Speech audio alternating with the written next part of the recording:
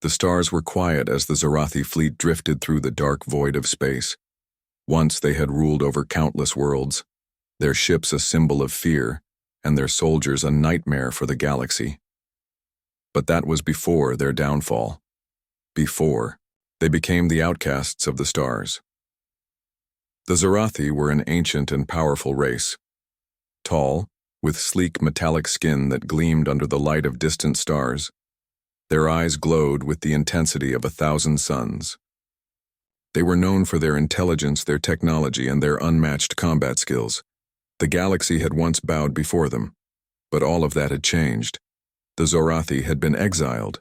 It started with a rebellion, one that began in the quiet halls of their homeworld, Zorath Prime. A faction of Zorathi had risen against the ruling class, demanding a new way, a way that did not involve endless wars and conquests. The rebellion spread like wildfire, and soon the once unified race was torn apart by civil war. The ruling council had fought back, but in the end, they were overthrown, their empire shattered. The galaxy, witnessing the chaos within the Zorathi, ranks did what it always did when faced with a threat. It turned its back. The Zorathi were cast out, their colonies abandoned, their fleets banned from every star system. The galaxy had no place for a race that had fallen from grace. Now, the Zorathi were wandering through the void, exiled and broken. Their once proud fleet, now a ragtag group of battered ships, drifted aimlessly, hoping to find refuge somewhere, anywhere. But no one would take them in. Captain Veltor, leader of the Zorathi fleet, stared out of the viewports of his ship. His face, normally stern and unwavering, was filled with doubt. He had never imagined a day when the Zorathi would be without a home. He had always believed they were invincible. But now, all that remained of their empire was a fleet of tired and hungry ships.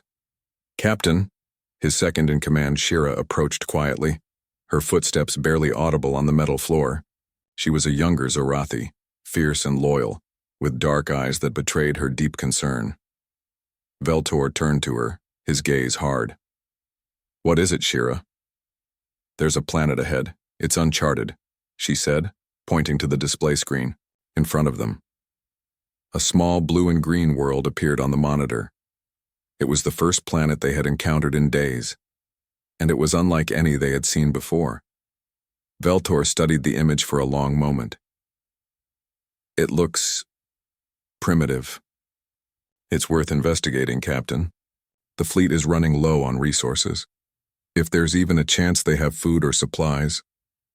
Shira's voice trailed off, the unspoken words hanging heavy in the air. Veltor's eyes narrowed. He knew the risks. This planet was uncharted, and it was far below the level of technology they were accustomed to, but it was their only hope. "Set course for the planet. We'll see if we can make contact." The Zorathi fleet changed direction, its engines humbling as they moved toward the unknown planet. The crew watched in silence, each person lost in their own thoughts. They were all wondering the same thing. Could they find refuge on this new world, or would they face even more rejection? Hours later, the Zorathi ships entered the planet's atmosphere. Their technology, advanced and precise, allowed them to land without causing any harm to the environment. They touched down in a dense forest, far away from the eyes of any potential inhabitants. Veltor ordered the crew to disembark, and a small team of Zorathi soldiers, including Shira, gathered around him. They stepped onto the planet's surface, their boots crunching softly against the earth beneath them. The air was thick with the scent of plants and the hum of insects. It was a strange, organic world, one that seemed both peaceful and untouched by the warlike ways of the Zorathi. "This planet," Veltor began, his voice low and thoughtful. "It's alive." Shira nodded. "It feels different, like it's full of possibilities." The Zorathi surveyed their surroundings, taking note of the vegetation and the wildlife. It was unlike anything they had ever seen, lush and vibrant, teeming with life.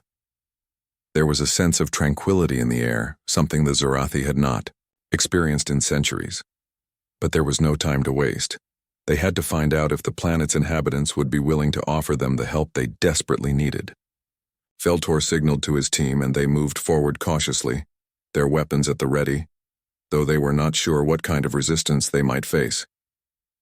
They approached a clearing in the forest, and there, standing at the edge of a small river, were humans. They appeared primitive, dressed in simple clothing, their skin varying in color, their hair long and unruly. At first glance, they seemed harmless, but Veltor knew better than to underestimate any species, no matter how small or seemingly weak. The Zorathi approached slowly, their hands raised in a gesture of peace. Veltor spoke in the universal tongue, hoping the humans would understand. "We come in peace," he said, his voice deep and commanding. "We are the Zorathi. We seek your help. Our people are in danger." The humans froze, their eyes widening in fear. They spoke in a language Veltor didn't understand, but it was clear they were alarmed. Some of them even stepped back, their hands trembling as they reached for crude weapons, wooden staffs and sharp stones, anything they could use to defend themselves.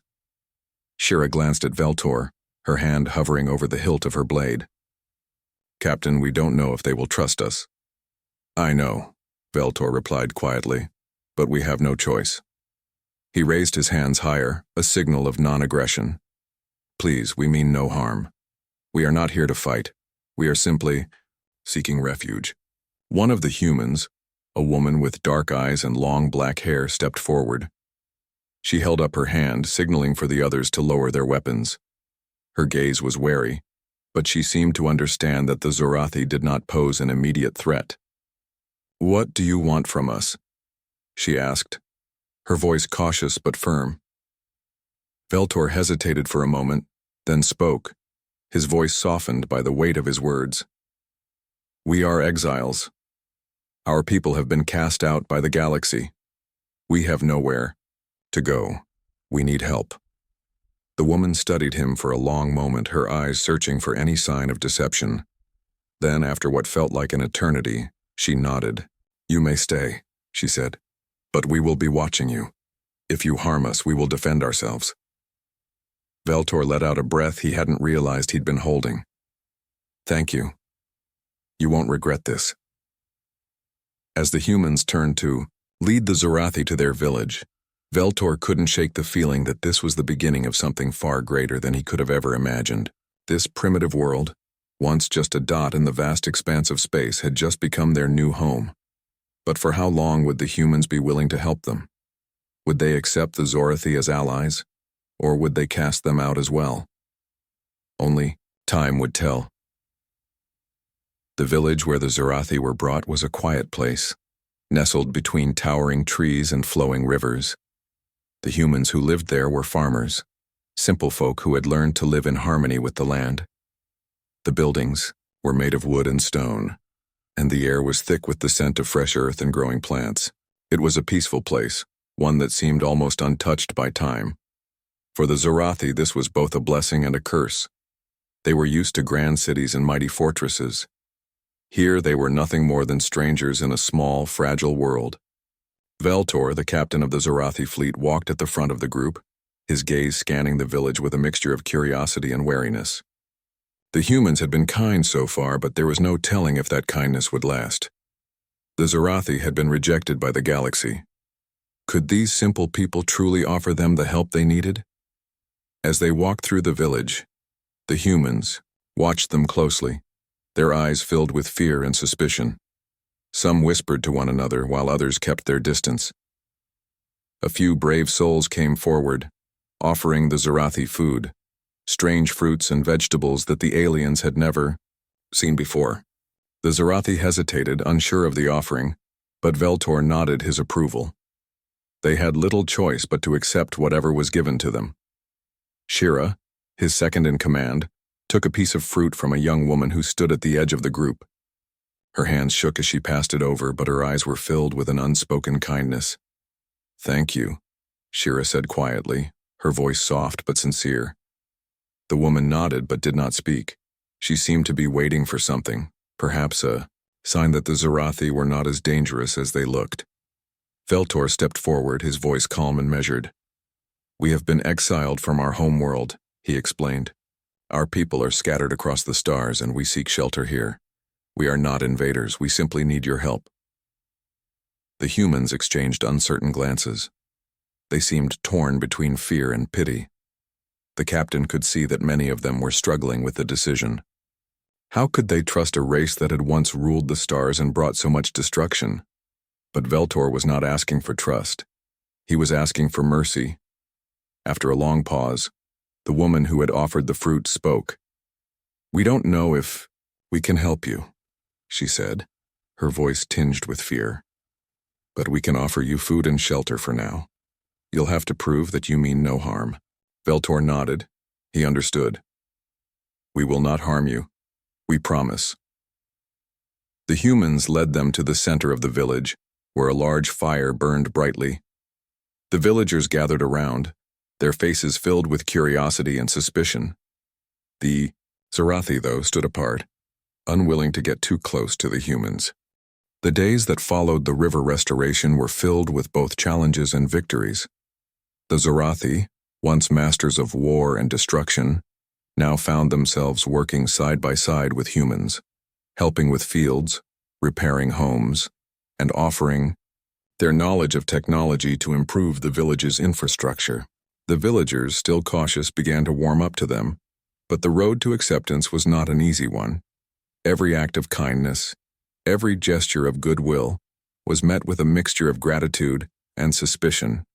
Captain Veltor walked through the village every morning, observing his people's efforts. His gaze was heavy, burdened by the weight of their past and the uncertainty of their future. The Zarathi were used to being feared, respected, and even hated. But here, on Earth, they were strangers. They had no empire to rule, no allies to protect them. They had only the chance to prove themselves, and that too was fading by the day. He walked past a group of Zarathi workers helping the humans build a large stone wall around the village. The humans had never seen technology like this before. Precision tools and construction methods that made the work seem effortless to the Zarathi. But there was a catch. The more the Zarathi worked, the more the villagers became aware of their power, and with it the growing fear that the Zarathi might one day demand something in return. The Zarathi had no way of explaining their past, no way to show the villagers that they weren't the conquerors they once were. Shira, Veltor's second-in-command, approached him as he walked through the village. Her face was set in a stern expression, but there was a hint of worry in her eyes. "Captain, there's a problem," she said quietly. Veltor stopped and turned toward her.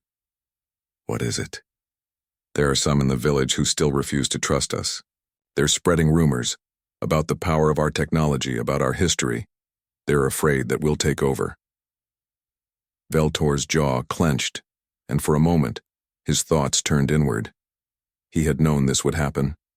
No matter how much they helped, there would always be those who viewed them as a threat.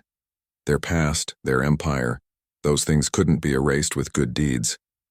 "We can't change their minds by force," Veltor said quietly. "We must show them through our actions that we seek only peace." "But how?" Shira asked, her voice tinged with frustration. "How do we prove we're not the monsters they think we are?" Veltor glanced around the village, observing the humans going about their daily lives. They were still cautious, still keeping their distance, but some of the children had begun to play near the Zarathi workers. It was small progress, but progress nonetheless. "We keep working," he said, his voice resolute. "We keep proving ourselves. We can't control how they see us, but we can control what we do." Shira nodded, though the worry in her eyes remained. "I just hope it's enough." The next few days were spent focused on helping the villagers prepare for the coming winter. The Zarathi used their advanced knowledge to help the humans build stronger homes and better heating systems. They taught the villagers how to grow crops more efficiently, using techniques that had allowed the Zarathi to thrive on their own harsh homeworlds. Despite the growing tension, there was a noticeable improvement in the quality of life for the villagers. But there were still whispers. Some of the villagers began to voice their concerns more openly, speaking of the Zorathi's power and how it made them uneasy. It didn't help that the Zarathi by nature were intimidating. Their physical strength alone set them apart from the humans. They stood taller. Their skin gleamed with a metallic sheen, and their eyes, though often filled with calm, held an intensity that made some uncomfortable. Dr. Clara Henson, the human scientist who had helped bring the Zorathi to the village, continued to work closely with them. She had become something of a liaison between the humans and the Zorathi, helping to ease the tension. She spent hours in the fields with them, explaining how the Zorathi had once been part of an advanced civilization. She talked about their history, the rebellion that had led to their exile, and how they had lost everything. Her words helped, but there was still a lingering doubt among the humans. They were kind, but they were still hesitant to fully accept the Zorathi. They didn't fully understand why the Zorathi were helping them. After all, no one had ever given so much without expecting something in return. One afternoon, Clara pulled Veltor aside, away from the village center. Her face was tense and there was a sense of urgency in her voice. "Captain," she began, "we have a problem. Some of the villagers are planning to leave. They're scared. They don't trust your people anymore. They want to go to a neighboring village." Veltor's heart sank. He had known this might happen, but hearing it from Clara made the situation all the more real. "What do you suggest?" he asked, though the answer was already clear. There was little they could do to change people's minds when their fears were so deeply rooted. Clara bit her lip. "I've tried talking to them. I've explained your history, your people's struggles. But the more we offer, the more they fear we're trying to take something from them. They don't understand the concept of peace when you're used to fighting for everything." Veltor nodded slowly. He had seen the destructive nature of war firsthand. For centuries, the Zorathi had conquered and fought for control over others. It was difficult, if not impossible, to simply erase that mindset in a matter of weeks. "We'll have to show them," Veltor said after a pause. "Not with words, but with actions. We will do something that will prove we are here only to help." Clara looked at him, a hint of uncertainty crossing her features. "What do you mean?" Veltor's eyes sparkled with the cold intensity of a leader who had seen battles, wars, and victories. "There's a dangerous storm brewing in the north. The village's crops are vulnerable, and the riverbanks are unstable. If the storm floods the fields, they will lose everything." Clara's face paled. "You're suggesting we help them protect the crops? But the storm is going to be massive." "We have the technology to help," Veltor replied. "We can build barriers, reinforce the fields, and ensure the crops survive. It's not just about saving their food. It's about showing them that we are invested in their survival." Clara hesitated but nodded. "I'll gather the villagers and explain what we're going to do, if they'll let us." The storm hit with a fury that night, dark clouds swirling in the sky above the village. The wind howled and the first raindrops began to fall, quickly turning into a downpour. The villagers gathered in their homes, nervously watching the rising water levels along the riverbanks. The storm was unlike anything they had faced before, but the Zorathi were ready. Veltor and his team worked swiftly, using their technology to reinforce the riverbanks. They built barriers, dug trenches, and reinforced the homes with strong metal frames. The Zorathi used their precision tools to divert the flow of water away from the village, ensuring that the fields would remain untouched. It was hard work, and the storm raged on, but the Zorathi didn't stop. The villagers watched from their homes, their fear giving way to awe. The Zorathi were not just sitting back, they were actively saving their way of life. The storm was fierce, but the barriers held, and by morning the damage had been minimized. When the storm finally passed, the villagers emerged, blinking into the light of the new day. The fields had been saved and the homes were still standing. The damage was minimal, and the Zorathi had done it all. Veltor stood in front of the villagers, his face expressionless as always. But this time there was no fear in the humans' eyes. Instead, there was respect. One of the villagers, a man who had once been the loudest in voicing his fears, stepped forward. His hands were still shaking, but there was gratitude in his voice. "You saved us. You saved everything." Veltor nodded, his voice steady. "We are not here to take. We are here to help, and we will continue to help as long as you allow us to stay." The man looked at him for a long moment, then lowered his head in respect. "Thank you." It wasn't much, but it was a start. The Zarathi had taken the first step toward earning the trust of the humans. They had shown that their strength was not just in their power to destroy, but in their ability to protect. And perhaps, just perhaps, the village would start to see them as allies, not conquerors. The road to acceptance was long and uncertain, but Veltor had hope. As the days turned into weeks, the relationship between the Zarathi and the villagers continued to evolve. The fear that had once gripped the humans slowly began to fade, replaced by a cautious respect. The Zarathi, for their part, continued to prove their worth, showing the humans that they could be trusted allies. The storm had been a turning point. The villagers had seen firsthand the Zarathi's ability to protect and support them. After the storm passed, the crops were saved, the homes were intact, and the village had weathered the worst of it. The Zarathi had earned a place in the villagers' hearts, but not everyone was convinced. In the shadows, a few still whispered. "They're too powerful," some said. "What if they turn on us?" The fear had not disappeared completely, and there were still many who remained skeptical of the Zarathi. But most of the village had come to understand that the Zarathi were not here to take, they were here to stay.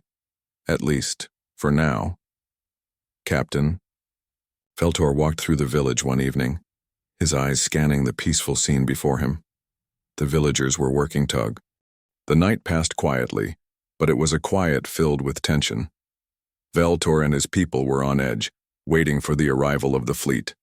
The humans, still unaware of the impending danger, carried on with their routines.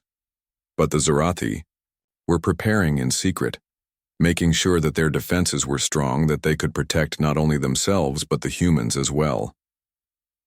Veltor stood on the edge of the village, his eyes focused on the horizon. The fleet was coming. He could feel it in the air, the anticipation, the cold dread of what was to come. The Zarathi were strong, but they were outnumbered. The enemy fleet was massive, far larger than anything they had faced before. Still, Veltor had made a vow to protect this world, and he would keep that vow no matter the cost. Shira, his trusted second-in-command, approached him. She had been working tirelessly, organizing the Zarathi forces, preparing them for the battle ahead, but even she looked tired, her face drawn with the weight of their situation. "Captain," she said, her voice soft but firm, "the fleet will be here by morning. We need to act soon, or we risk being overwhelmed." Veltor turned to face her, his expression serious. "I know, Shira. We've prepared as much as we can, but it's not enough. The enemy fleet is too strong." "Then what do we do?" she asked, her eyes searching his face for any sign of doubt or hesitation. "We fight," Veltor replied, his voice low but resolute. "But we don't fight for victory. We fight to buy time. We fight to protect the humans." Shira nodded, understanding what he meant. They couldn't defeat the enemy fleet, not with the forces they had, but they could delay them, slow them down, and in the process, give the humans a chance to escape if needed. The Zarathi might be warriors, but they had no desire to destroy this world. They had been given a second chance, and they weren't going to let it slip away. The first signs of the fleet's arrival came just after dawn. The sky darkened as the massive ships appeared on the horizon, their engines roaring as they descended toward the planet. The Zarathi had no illusions about what was coming. These ships were not here for peace. They were here to finish what had been started, an extermination of the Zarathi. Veltor stood with his officers, watching the ships approach. His mind raced. This wasn't just a battle for survival. It was a battle for redemption. If they lost here, they would lose everything: their new home, their new life, and the trust of the humans they had sworn to protect. "Ready the defense systems," Veltor ordered, his voice steady despite the storm raging inside him. "We have one chance. We make them believe we are more than they bargained for." Shira stepped forward, her face hard with determination. "We've trained for this. We can do it, Captain." Veltor gave her a brief nod. Keep the humans out of this. We cannot allow them to fight. Their survival is the priority. As the fleet moved closer, the Zorathi activated their hidden defenses, systems that had been built to blend into the terrain, to remain unseen until the last moment. The humans, still unaware of the scale of the threat, continued their work in the village. Some Zorathi warriors, under the cover of the trees and buildings, began setting up barriers and defense points. Veltor had chosen to fight on their terms, not in open combat, but in a war of attrition. He would force the fleet to underestimate them. "Captain," one of the engineers said, his voice filled with urgency, "we've deployed the last of the barriers, but the enemy fleet is closing in. They'll be in firing range within the hour." Veltor glanced at the holographic display. The enemy ships were enormous, advanced warships capable of wiping out entire cities with a single blow. They had weapons that could shatter mountains, and their shields were impenetrable. It would take more than just the Zorathi's skill to stop them. It would take strategy, ingenuity, and a little bit of luck. "We need to draw them in," Veltor said, turning to his officers. "Give them just enough to keep them focused on us. Once they're in range, we hit them with everything we have, but no matter what, do not engage the humans. I'll take responsibility for that." The fleet entered the atmosphere, their massive ships blotting out the sun. The Zorathi stood in E position, ready for whatever came next. The humans, still unaware, went about their day, blissfully ignorant of the battle that was about to unfold. It wasn't long before the first blast came. A bolt of energy, bright and fierce, streaked across the sky and hit one of the Zorathi's defensive barriers. The ground shook beneath their feet and a loud, thunderous roar filled the air. The Zorathi returned fire, their weapons unleashing waves of destructive force. But the enemy ships were too powerful. The Zorathi's weapons barely scratched the surface of the massive warships. Veltor watched the battle unfold before him. His heart pounded in his chest, but his mind remained focused. They were holding their ground, but it was only a matter of time before the enemy broke through. He had to act quickly. "Shira," he called, his voice steady, "take your squadron and engage from the rear. We need to divide their attention." Shira nodded, understanding the plan. She turned to her squad and gave the order. The Zorathi warriors moved swiftly, attacking from unexpected angles, creating chaos and confusion among the enemy. It wasn't enough to stop the fleet, but it was enough to keep them guessing. Clara Henson watched from the outskirts of the village, her heart racing as she saw flashes of light in the distance. The ground trembled beneath her feet and the air hummed with energy. She had known something was coming, but she hadn't imagined it would be this. The battle was happening, and her people, her friends, were in the middle of it. She ran toward the Zorathi camp, where Veltor was coordinating the defense. As she approached, she saw the grim look on his face. He was staring at the display, watching the progress of the battle. There was no sign of panic in his eyes, but Clara could see the weight of the situation in his expression. "Captain," she called, her voice breathless. "What's happening? What can I do to help?" Veltor turned to face her, his face hard with determination. "Clara, you need to stay back. This is not your fight." Clara's eyes widened. "I can't just stand by while people are fighting. I have to do something." "You've done enough," Veltor said, his voice softer now but still firm. "Your people are not ready for this kind of battle. I will not let you put them in harm's way." Clara clenched her fists, frustration boiling inside her. She wanted to do something, anything to help. But Veltor was right. She couldn't risk the safety of the villagers. She had to trust him. "We'll hold them off for as long as we can," Veltor continued. "But if things go south, I want you to take the humans and leave. Head to the mountains, get them to safety." Clara nodded, her heart heavy with the weight of his words.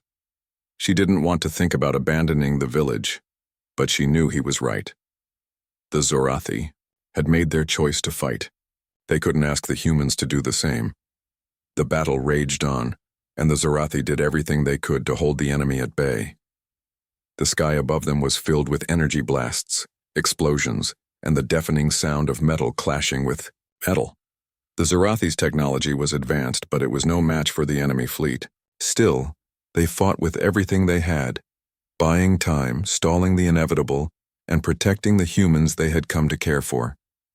As the enemy fleet drew closer to the village, Veltor knew the end was near. The Zarathi had fought valiantly, but they were outmatched. He turned to his officers, his voice low but commanding. "Make sure the humans get to safety," he said. "And if we fail, make sure they know we fought for them." Shira stepped forward, her face grim but resolute. "We'll give them the fight of their lives." Veltor nodded, his heart heavy. The Zarathi had once been conquerors feared by all. But now they were fighting not for power but for survival, for a future they had never dreamed possible. They were fighting for humanity. The battle had raged for hours. The ground trembled under the force of the explosions, and the sky was a war zone of flashing lights and streaking energy blasts. The Zarathi had fought fiercely, defending their new home with everything they had. They had bought time, slowed the enemy, and given the humans a chance to escape. But as the day wore on, it became clear that the end was near. The enemy fleet had proven to be far stronger than the Zarathi had anticipated. Veltor stood at Iwar, the front of the battlefield, his eyes fixed on the enemy ships that hovered above. They were closing in on the village now, their weapons ready to fire. The Zarathi had fought bravely, but they were outmatched. The energy shields on their ships were failing, and their weapons were running out of power. There was no way to hold off the fleet much longer. "Captain, the shields are failing," one of his officers reported, his voice grim. "We can't keep this up much longer." Veltor looked around, his heart heavy. He knew the battle was lost, but he refused to give up. Not yet. He couldn't let the humans suffer because of his people's past mistakes. The Zarathi had been exiled, but they had found a new home here.